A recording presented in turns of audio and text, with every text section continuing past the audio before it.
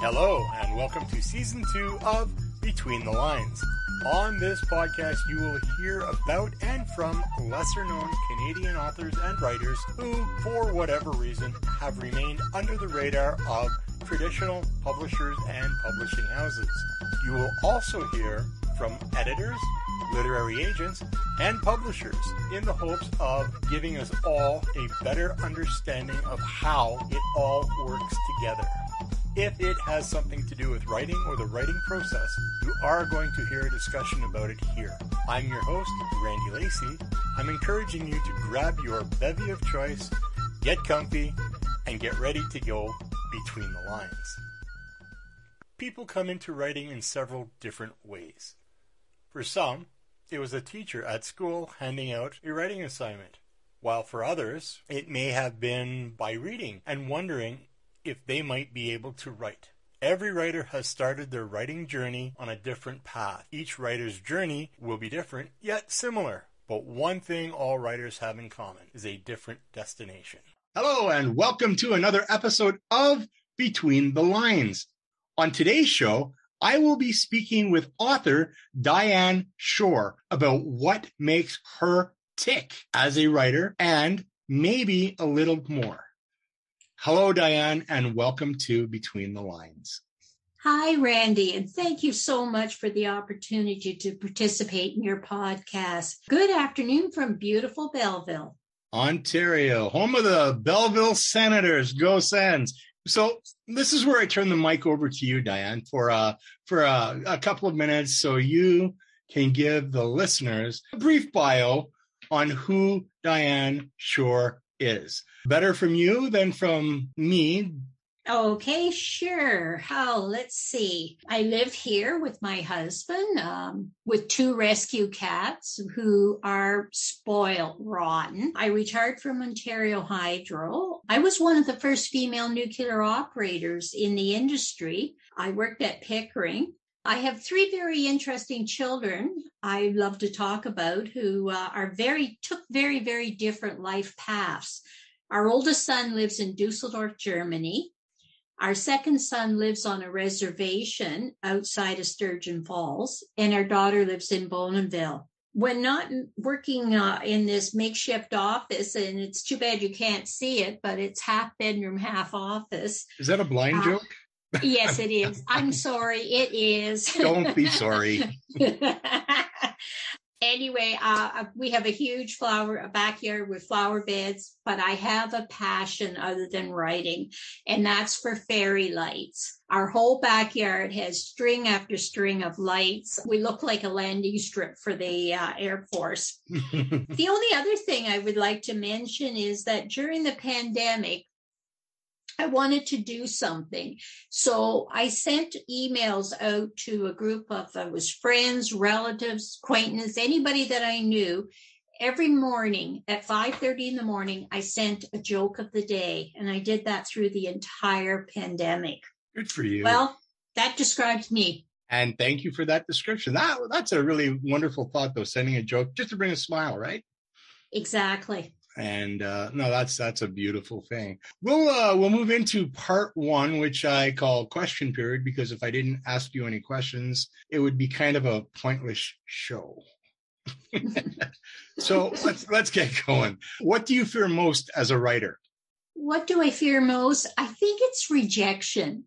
A rejection from people who will read my novel and look at it and go, what in the world is this woman trying to do? She thinks she's an author.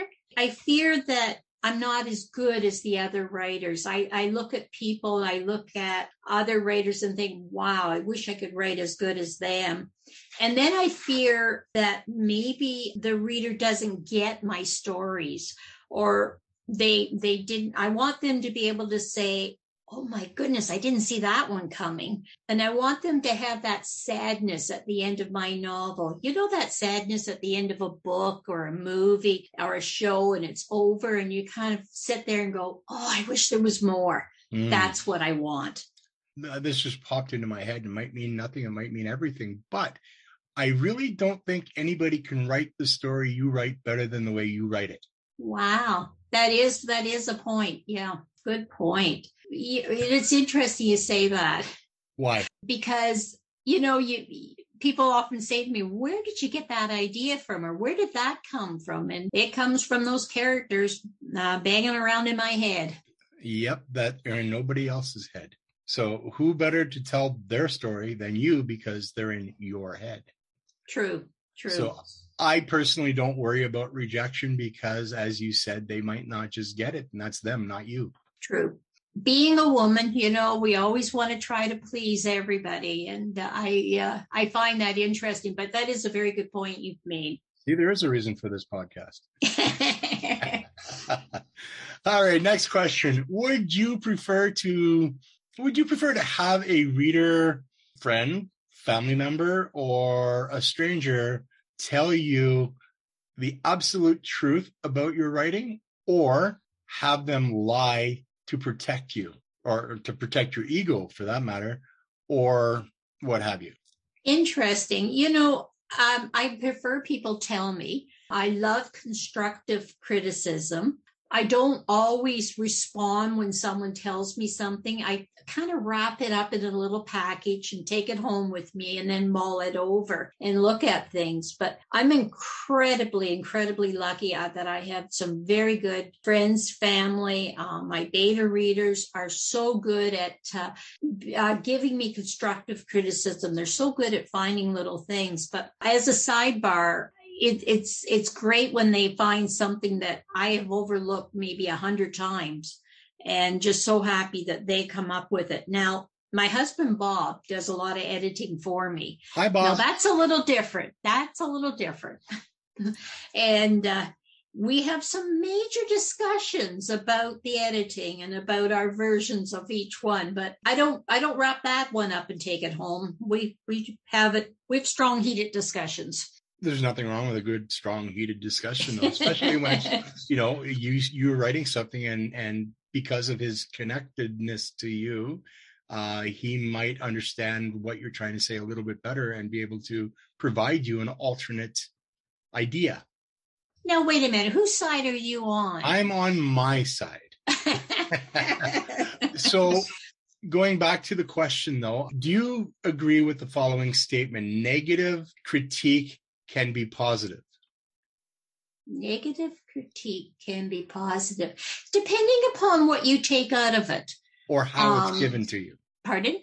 Or how it's given to you. And how it's given. Oh, yeah. If it's spiteful but, I think with negative comments, negative critique, there is a positive to take out of that somewhere. You just got to find it. I find too many people, especially on the internet or the Facebook writing groups, they'll post something and no negative comments. Well, why wouldn't you want negative comments? That's how you improve. Because all of a sudden you see a side that you hadn't seen before, or you see something new that you haven't seen before. Yeah, when I write and when I publish my books or whatever. When I write, I don't really care if people like it or not. That's not what I'm after. That's just an opinion. What I'm after is if what I've written has moved you to think, to change your mind, or cause you to feel something. And again, like or dislike means nothing. Exactly. I agree with you 100%. I want people excited and can't wait to read my next book, because there's so much that we put into our work that people don't realize. We hours and hours and hours of editing and whatnot. Number 3, who started you on your writing journey? If they were listening to this podcast, what would you like to say to them? Well, I'd like to answer that in 2 parts. No, you can only do it in one. Oh, okay. All right. Go ahead. Part 1, I grew up in a home of readers, and I'm not joking. The library was our second home. If you were to show up at our home on a Sunday, you would find my dad in the living room with a Pierre Berton book on his lap reading. You'd find my mom in the bedroom with a romantic novel, and I was locked away in my bedroom with Agatha Christie. I have a much younger brother who always had a book tucked under his arm. Dad always said if he didn't have anything to read, then he'd read the back of cereal boxes just for something to read. And up to the day he died, he read one of the local newspapers from cover to cover. So in honor of my parents who instilled such a love for reading, every novel that I've written, Mom and Dad have a cameo appearance in the book. And it just gives me a bit of a reach out and touch of them, because they both have passed and I can't be able to say anything to them physically, but at least they're in the book. Now, part 2, when I wanted to write, I was greener than green. I had no idea how to do it or whatever.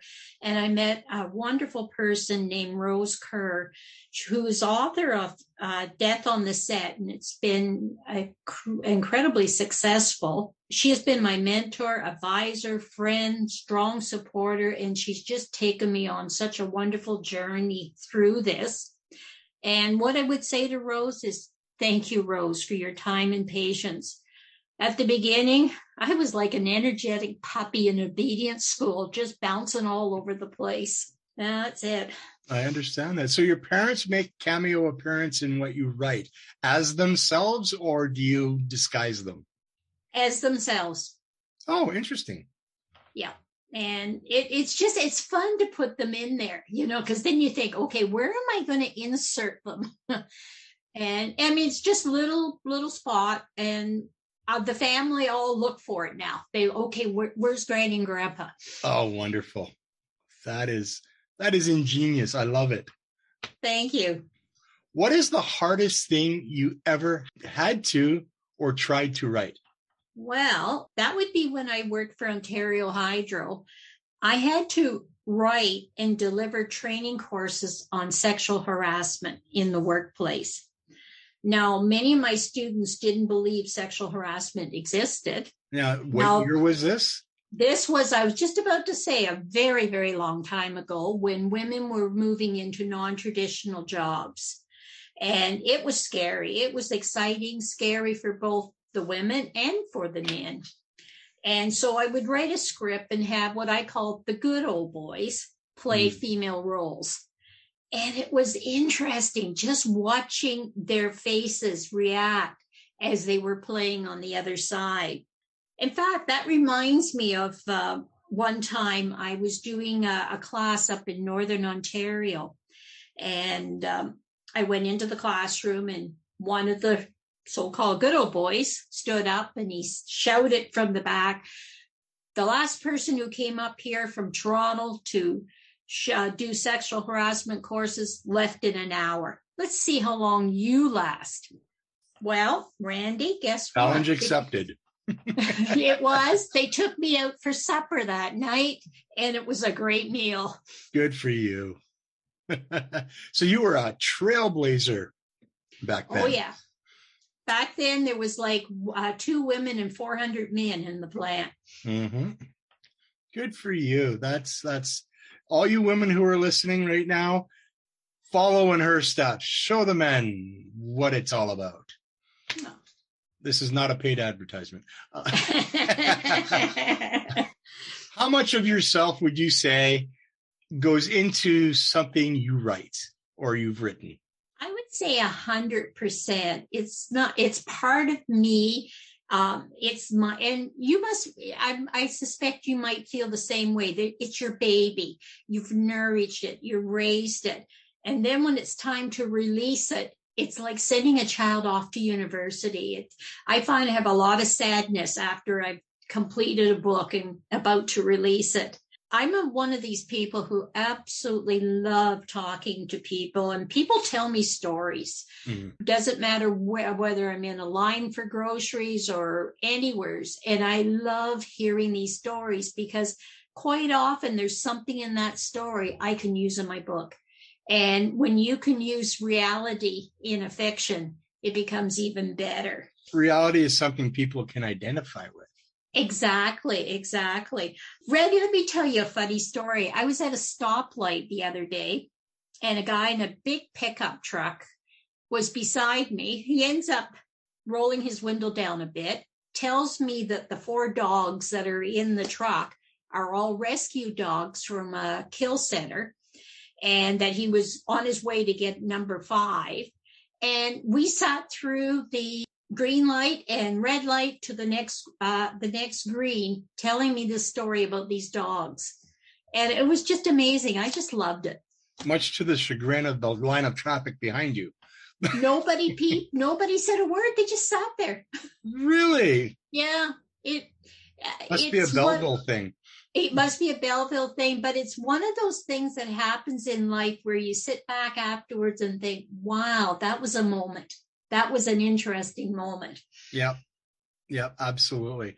All my life, I've been a people watcher, an observer of people, whether it's in a shopping mall or driving or whatever. Kind of hard now as a visually impaired to be a people watcher, but that doesn't prevent me from sitting and listening.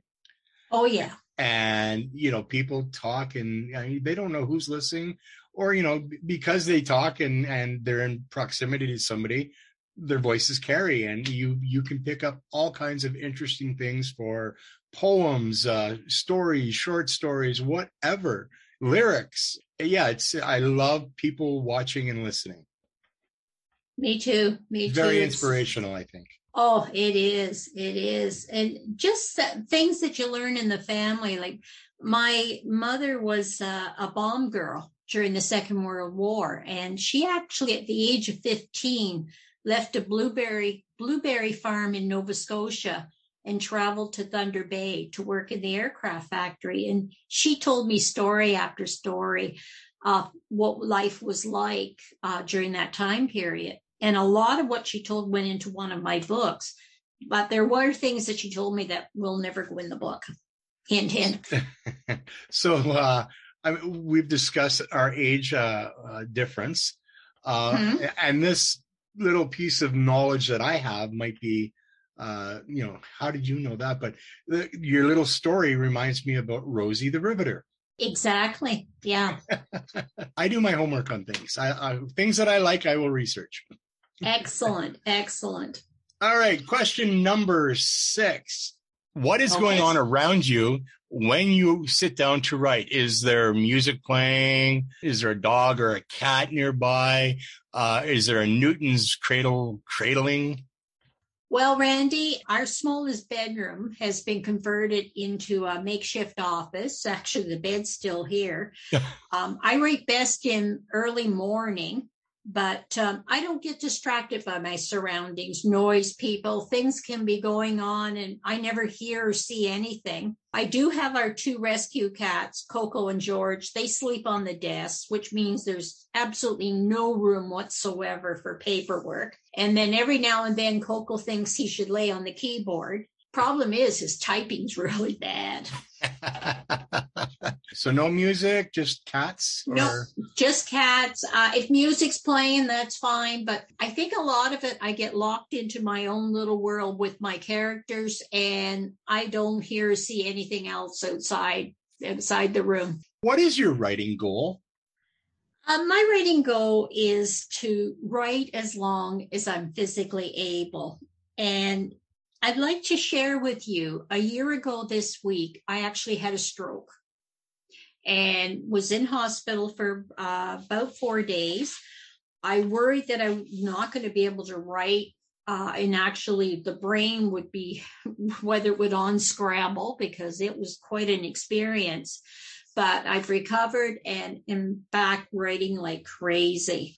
I want to complete a series, and I won't go into that right now, but I'm hoping to keep people guessing with each and every one of my novels. At the very end, they say, wait a minute, I didn't see that one coming. And the last thing is, I love hearing my granddaughter. I only have one granddaughter, and I love hearing her voice when she talks about her grandma that's an author.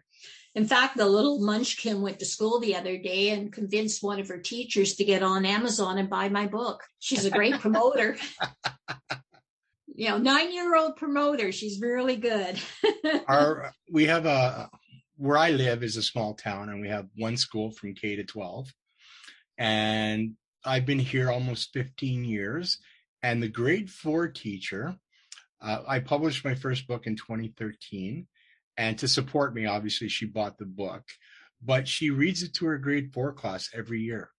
Wow. Now that must get your heart just going. Well, it does, and then she explained why, because she does it because she wants to give the children the understanding that though we live in a small town, if you follow your dreams, they can become reality. True. And I really love her messaging. And so, it's like, okay, hi, Lisa Cheshire. Thank you so much for that. And the children one day are going to look back and go, hey, thank you. Perfect. Yeah. And can I just add one final thing? Well, all right. Thank you. I'm a very strong believer in Canadian content. So when I do write, I want my novels to be situated in Canada with places and towns and cities and people that we know. It's not that I don't like American novels, but I sure love hearing things about Winnipeg and Vancouver and Toronto. I want to be able to continue doing that until I'm physically unable to. Well, maybe not so much Toronto, but the rest of Canada. Oh, hey, come on. Okay, the Maple Leafs then. They will get the cup one year. I just hope I'm going to be here long enough to see it. Oh, don't hold your breath. No, I'm just teasing, of course. I know. I'm loving it. I love to beat up on Toronto, especially my half brother was a major Toronto Maple Leaf fan, and I used to love to pick on him. But anyway, so Diane, you've had 7 questions, and there's the mysterious 8th question that I never give my guests. Oh, okay. Surprise! All right. Listen carefully, and here it comes. Are you ready? Yep. If I showed up on your doorstep in my time machine and yelled, hey, Diane, get in, when or where would you like to go to, and why? Oh, when and where? You're welcome. I'd like to go back probably to the 1960s and back to a certain concert that was held in an open field down in the United States. And it's awful. I'm struggling here trying to think of the name of it. Would that have been Woodstock? Thank you very much. You're very welcome. It was the stroke. I forget things. That's all right. I would love to have attended Woodstock. I don't know why, but I think it was that was the beginnings of so many wonderful musical groups, and I would love to have seen them there.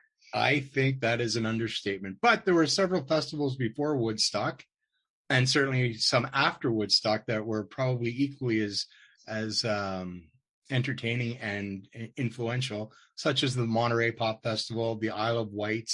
There was all kinds. I mean, some of the big groups that came afterwards were saying, Woodstock is just going to be, nothing. But look what happened, right? So no, that's that. I'm right there with you. So you pick good choice, and I would have been happy. What advice would you give to someone who is thinking about publishing for the first time? First, I'd like to congratulate them. And then the advice I would be is take a look at the 2 types of publishing. Take a look at traditional, take a look at self-publishing, and weigh the pros and cons of both to decide which would work best for you. Because each of us have different needs, different goals, different challenges. And basically, that would be the advice I'd give. Are you self-published? Yes, I am. Okay, we'll get into that. I'm too stubborn for publisher. You know what? I'm sensing that. And I mean that in a good way. Wonderful. Okay, we're going to move into part 2, which I call shameless plugging. Ooh, I like that. All right. Most of the people I've interviewed like this part. So the first question would be, what works do you currently have in publication? So this is where you get to plug your most recent and anything else you've got, of course. Okay. You can find my novel, A Woman's Deception, on Amazon. It's a psychological thriller set in 2 different time periods. And Randy, you'll get a kick out of this. The main character, Frankie, who's a woman, is a professional goalie for an NHL team. And I did that on purpose because, as you know, there are no women in hockey. And I thought, why not? So she is a professional goalie. The other main character is her great-grandmother, Florence, who in 1930, at the age of 15, became a pilot, which was unheard of in the 1930s. Mm-hmm.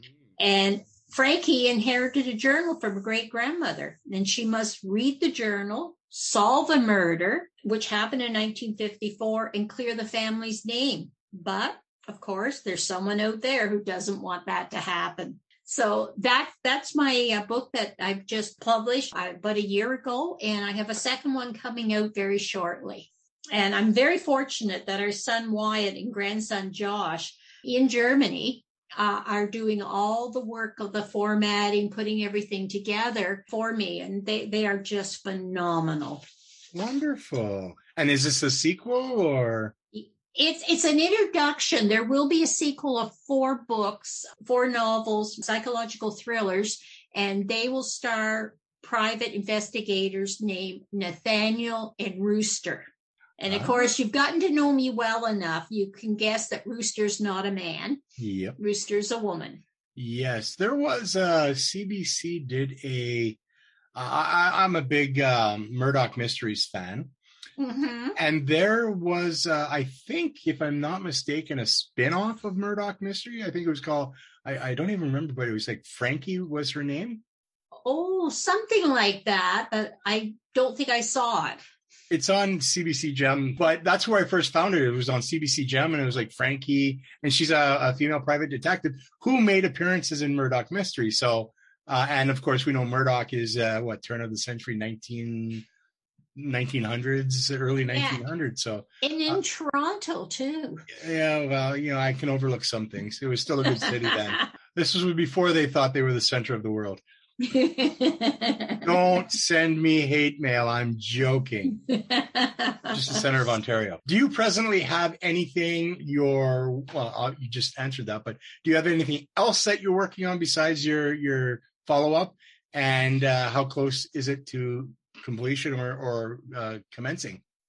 Well, as we had mentioned, Reflection of Deception, which is the follow-up novel, it is now in Germany, proofreading it. And I have to share something. Well, I did the front covers. I do the front covers myself. I do all my own photography and do all the fun stuff with it. I sent it off to our son. He comes back.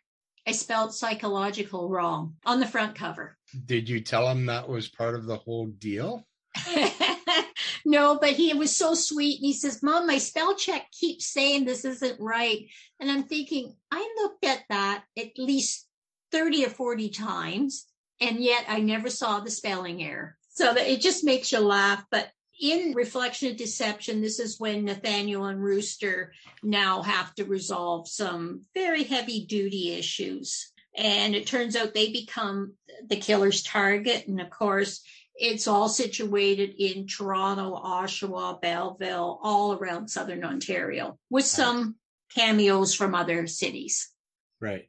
Where can people connect with you? Things like, email, website, snail mail, blog, Meta, formerly Facebook, Instagram, Twitter, TikTok. I could go on. Basically, I have a special email site that if anybody after they read the book would like to comment, I'd be more than happy to hear from them.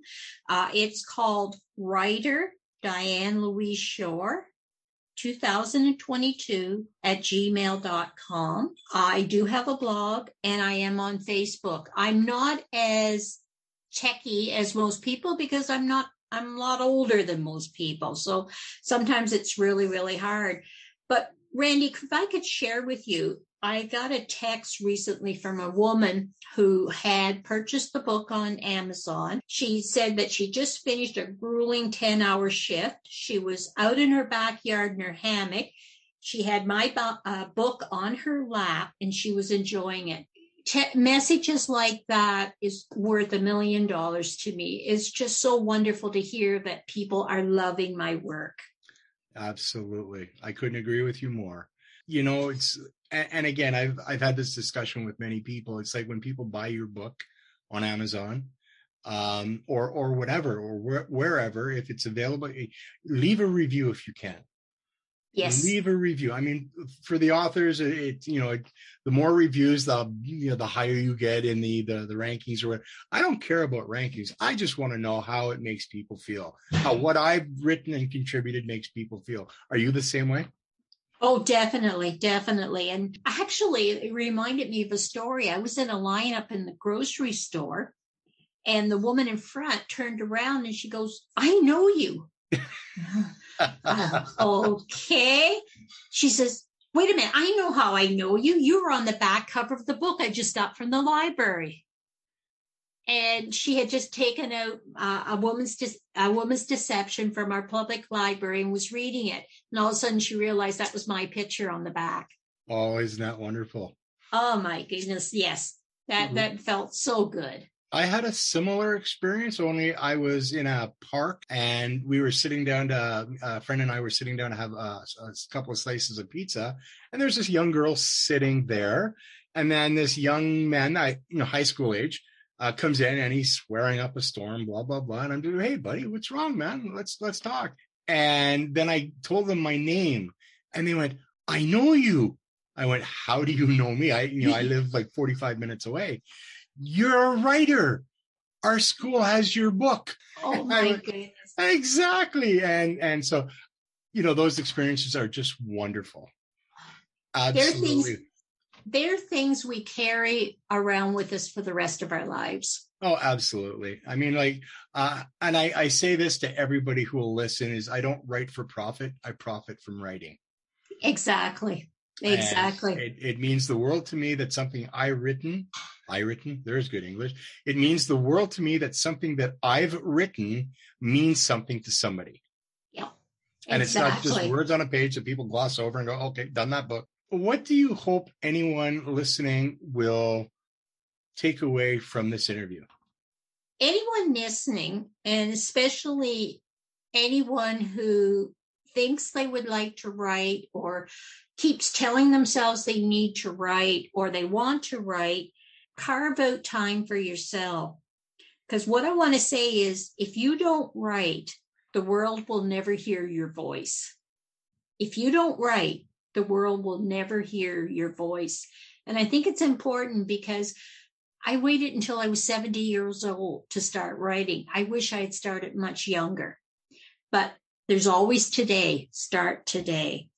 And I want to thank you, Randy, so much for allowing me to participate on this podcast. I really appreciate listening to all the different interviews that you do. They are excellent. Thank you so much. Thank you. Diane, thank you so much for doing this podcast. It means the world to me that somebody would take time out of their busy life or schedule to spend a little bit of time with me to talk about things that they love to do, such as writing or, the whole writing process or whatever. So thank you so much for agreeing to do this. Thank you. And I believe that you often donate books to your community library. I was going to get to that. Oh, were you? Oh, did I beat you to it? You did. Normally I ask afterwards, but what Diane is talking about is those that I do interview for my podcast after the show is over. I will ask them with no obligation to say yes, but I will ask them if they are interested, would they donate a copy or copies of their book to my local library? And I just think it's one, it puts their book in a spotlight that's accessible all across the country to anybody. And two, one by one, I'm adding to my library's private book collection. So there's a selfish motive behind it because I do sit on the board for our local library. So, perfect. And my library manager loves that I do this. Well, I would be honored to add to the collection. And I will give you the details shortly thereafter. Thank you. You have been listening to Between the Lines. In future episodes, I will not only be speaking with Canadian authors and writers, I will also be speaking with those from the other side of the writing industry, editors, agents, and publishers, in the hopes of getting a better understanding of how it all works together. If you liked what you heard, hit the subscribe button to be notified of new episodes and content. Send all your comments, suggestions, or any questions you'd like to have a guest answer to me at randy.btlpodcast@gmail.com. Be sure to visit me at www.therandylacey.ca. While there, look for the Buy Me a Coffee button to help support the podcast. Thank you for your time and your ears. Tune in, be inspired, and write on.